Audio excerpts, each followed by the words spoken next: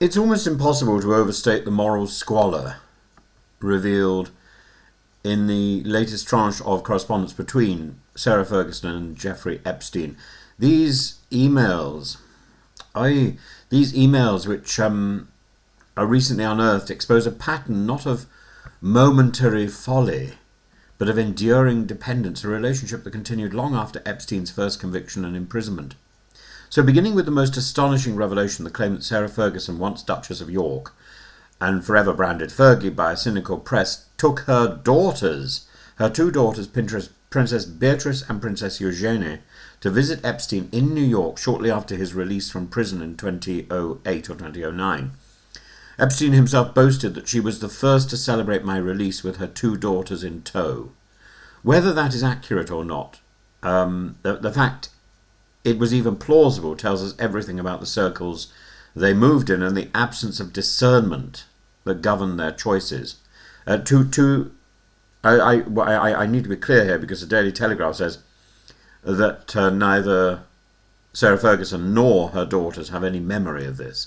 Epstein was writing to his lawyer, Paul Tweed, in April 2011 and described Ferguson as a woman who had betrayed him publicly but privately continued to seek his help. It was a transactional friendship, tawdry, desperate and morally bankrupt. And by that time, Epstein had already been convicted of soliciting from a minor. Yet Ferguson, ever impecunious, reached out asking whether or not she might borrow $50,000 or $100,000 to get through the small bills that are pushing me over. Small bills.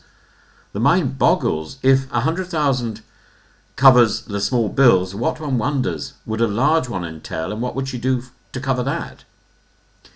Epstein, under financial scrutiny himself, refused, writing back that she needed to address these issues.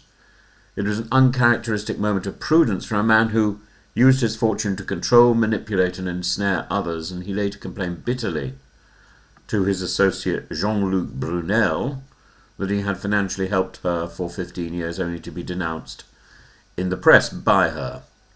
But Sarah Ferguson, far from severing ties, wrote to him again, grovelling, "You were a steadfast, generous and supreme friend. I know you feel hellaciously let down by me." That phrase, supreme friend, is revolting in its sycophancy. An attempt to placate a man whose wealth she had exploited and whose crimes she had at least tacitly ignored. But this is the person who was photographed sucking someone's toe. Or was she the toe and someone was sucking her toe? I can't remember who was sucking who. In one message, she even joked about visiting his private island, Little St. Jeff's, asking whether it was unavailable to bankrupts. The flippancy, the tone-deaf humour, the sheer insensitivity of it all is breathtaking. This was 2010, when stories about Epstein's abuse were already circulating wildly. And what emerges from these emails is a picture of a woman who couldn't stop herself from dancing on the edge of disgrace. Every time she sought to rebuild her reputation, through television appearances, charity work or contrite interviews, she would undo it by reaching out to the very people who had brought her so low in the first place. And the most extraordinary part of this saga is the entanglement of her family. Epstein was invited to Beatrice's 18th birthday party, and another benefactor, also part of that shadowy network, gave $750,000 for what Andrew claimed was Beatrice's wedding fund. Eugenie, meanwhile, received $25,000 from the same source. None of this was illegal, but it speaks to an ecosystem of privilege and dependency where proximity to power replaced propriety.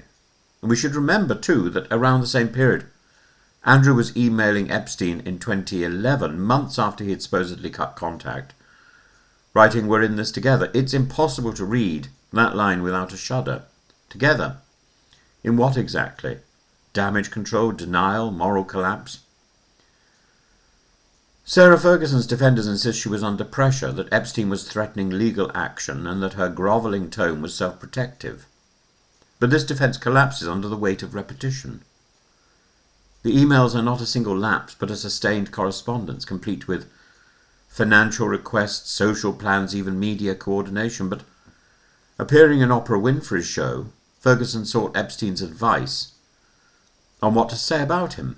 He wrote back, coaching her to describe him as unfairly characterized, that she thought that she sought his guidance before speaking to the American public, tells us more about her moral compass than any apology could. And now, as the royal family tries to close the curtain on this sordid drama, it's the daughters who stand as the unintended victims, Beatrice and Eugenie, who grew up in the middle of their parents' endless humiliation. They are reportedly still welcome at royal gatherings, but the shadow over their family, over their name, remains long and dark. The question that lingers is one of proportion and judgment. What kind of life produces such dependency? The habitual blurring of friendship and finance, property and power. Sarah Ferguson once embodied the frivolity of the 1980s royal set, but this latest exposure makes her seem more like a tragic figure from a Restoration comedy, all charm and chaos undone by her own appetites. For years, she and Andrew styled themselves as the divorced couple who remained best friends, the lovable rogues who somehow deserved a second chance. But the truth is much grimmer. They were bound not by love or loyalty, but by a shared instinct for self-preservation, even at the cost of dignity. To think that £100,000 might have been begged to pay off small bills is almost comic, until we remember the company from which it was sought. That is the real tragedy here, that for all their titles, their homes, their access to power, the Yorks were content to live in moral debt to a monster.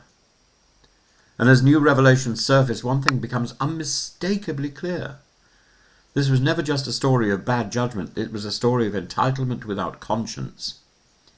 A tale of how greed can corrode not only reputation, but the very sense of shame itself.